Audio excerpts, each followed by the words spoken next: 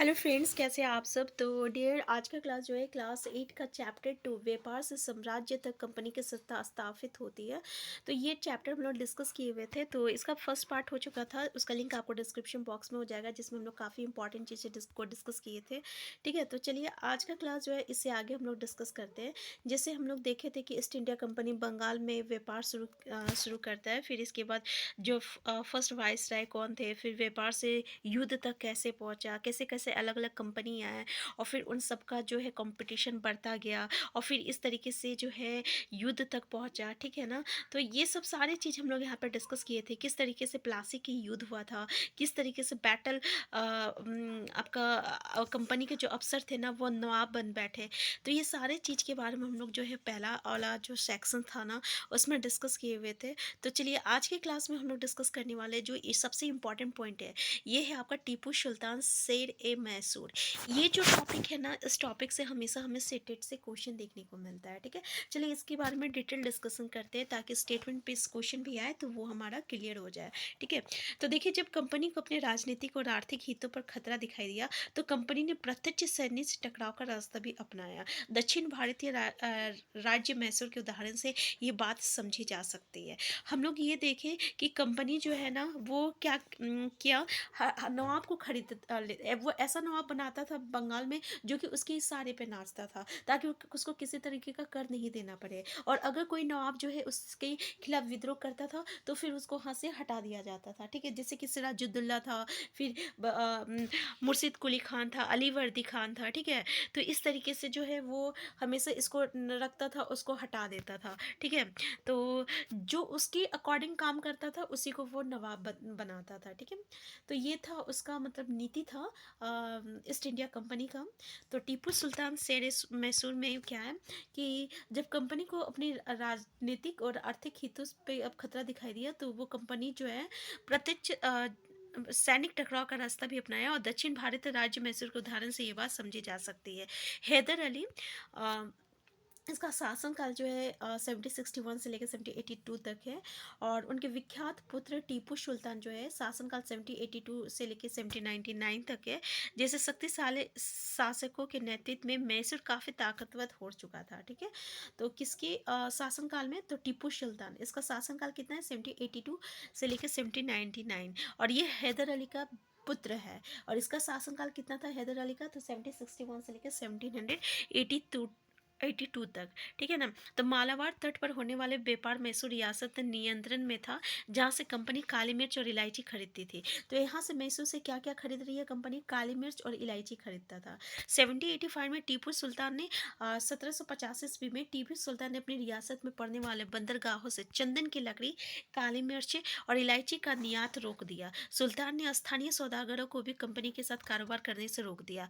टीपू सुल्तान ने भारत में रहने वाले फ्रांसीसी व्यापारियों से घनिष्ठ संबंध विकसित किए और उसकी मदद से अपनी सेना का आधुनिकीकरण किया। अब देखो, ये लोग कंपनी यहाँ से इलायची और काली मिर्च लेता था। ठीक है, तो टीपू सुल्तान क्या किया ना कि अपने बंदरगाह पड़ने वाले देखिए अपने रियासत में पड़ने वाले बंदरगाह से जो चंदन की और लकड़ी और काली मिर्च और इलायची का जो निर्यात होता था ना उस पर रोक दिया। उसके अलावा जो ऐसे स्थानीय सौदागर थे जो कि कंपनी के साथ काम कर रहे थे उसको भी काम करने से मना कर दिया। ठीक है, तब क्या हुआ, कंपनी जो है ये फ्रांसिस व्यापारी के साथ जो है घनिष्ठ संबंध बना लिया, और इससे जो है उसकी आधुनिकीकरण जो है बढ़ गया। ठीक है, टीपू सुल्तान के बेटे को तब क्या हुआ कि टीपू सुल्तान के बंधक बेटे को बंधक के रूप में कार्नवालिस के सामने पेश किया जा रहा है डेनियल आम द्वारा। देखिए यहाँ पे डेनियल आम जो है टीपू सुल्तान का बेटा को बंधक बना लिया और किसके पास पेश किया, तो कार्नवालिस के पास पेश किया। ये चीज़ जो है 1793 का है।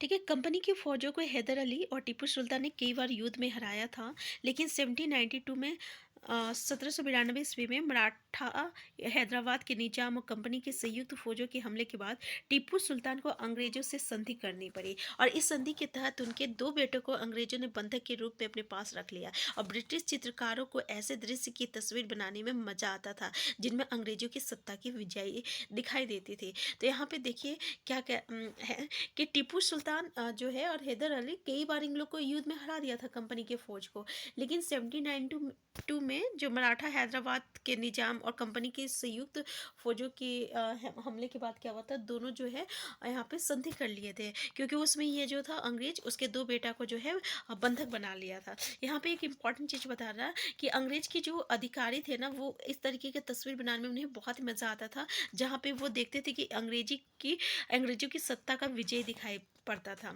तो सुल्तान के इन कदमों से अंग्रेज आग बगुला हो गया। उन्हें हैदर अली और टीपू सुल्तान बहुत महत्वाकांक्षी, घमंडी और खतरनाक दिखाई देते थे।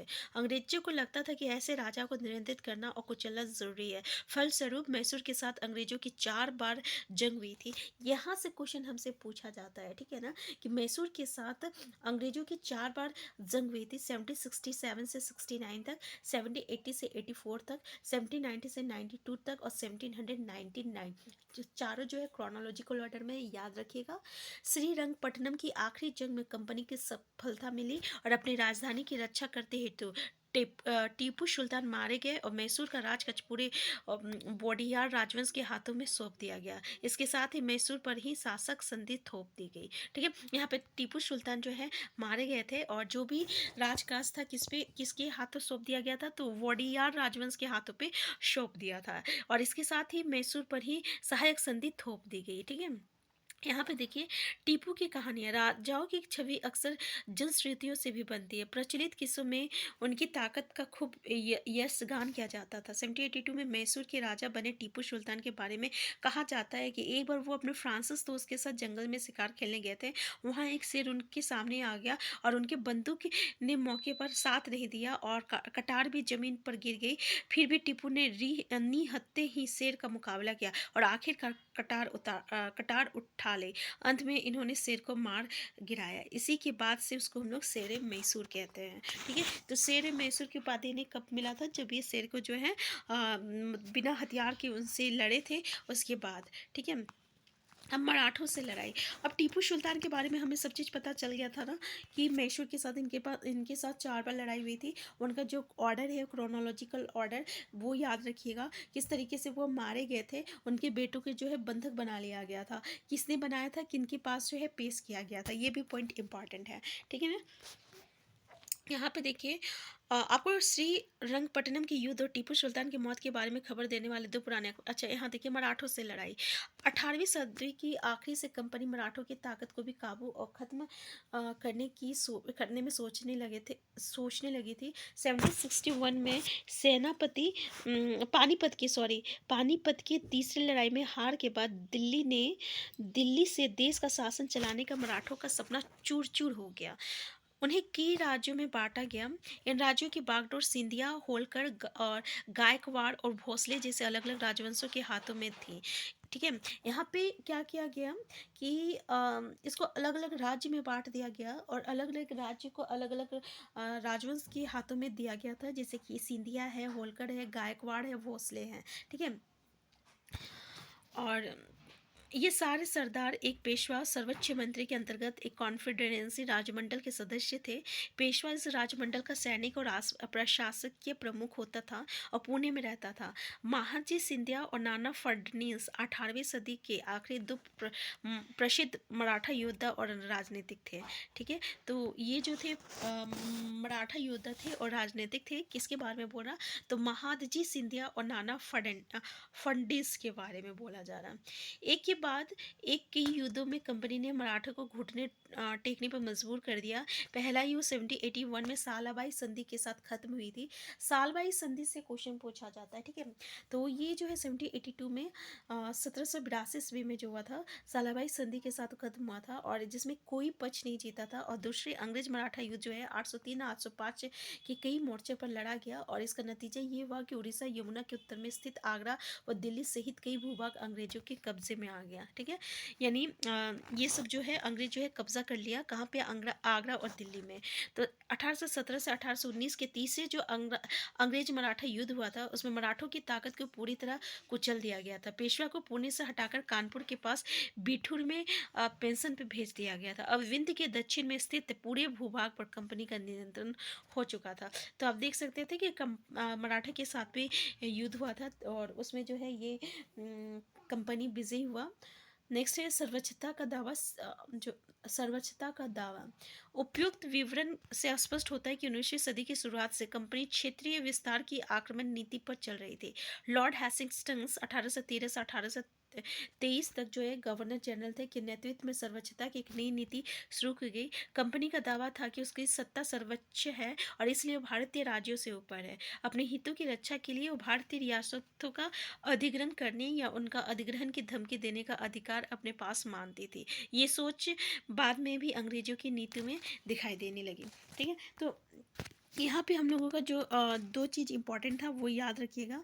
यहाँ पे देखिए क्या है कि रानी चेन्नम्मा के बारे में भी क्वेश्चन आता है। ठीक है, जब अंग्रेजी ने कित्तूर के छोटे से राज्य को कब्जे में लेने का प्रयास किया तो रानी चेन्नम्मा ने हथियार उठा लिया, अंग्रेजों के खिलाफ आंदोलन छेड़ दिया। 1824 ईस्वी में उन्हें गिरफ्तार किया गया था और 1829 में जेल में उनकी मृत्यु हुई थी। ये याद रखिएगा क्योंकि यहाँ से सीटेट में क्वेश्चन पूछा गया है। चेन्नम्मा के बाद कित्तूर स्थित संगोली के करीब एक गरीब चौकीदार रायना ने ये प्रतिरोध जारी रखा। रायना, ठीक है, चौतरफा समर्थन और सहायता से उन्होंने बहुत सारे ब्रिटिश को शिविरों और दस्तावेजों को नष्ट कर दिया था। आखिरकार उन्हें भी अंग्रेजों ने पकड़कर 1830 में फांसी पर लटका दिया।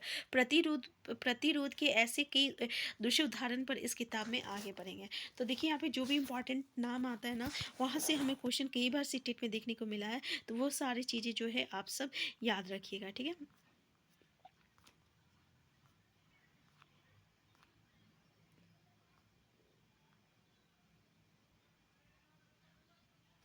देखिए यहाँ पे थोड़ा सा महाराजा रंजीत सिंह के बारे में डिस्कस करते हैं। ठीक है, यहाँ से भी ये भी एक इम्पॉर्टेंट पॉइंट बनता है कि 1830 के दशक के अंत में ईस्ट इंडिया कंपनी रूस के प्रभाव से बहुत डरी हुई थी। कंपनी को भय था कि कहीं रूस का प्रभाव पूरे एशिया में फैलकर उत्तर पश्चिम से भारत में भी अपनी चपेट में ना ले ले। इसी डर के चलते अंग्रेज जब उत्तर पश्चिम भारत पर भी अपना नियंत्रण स्थापित करना चाहते थे तो उन्होंने 1838 से 42 के बीच में अफगानिस्तान के साथ एक लंबी लड़ाई लड़ी और वहाँ अप्रत्यक्ष कंपनी शासन स्थापित कर लिया।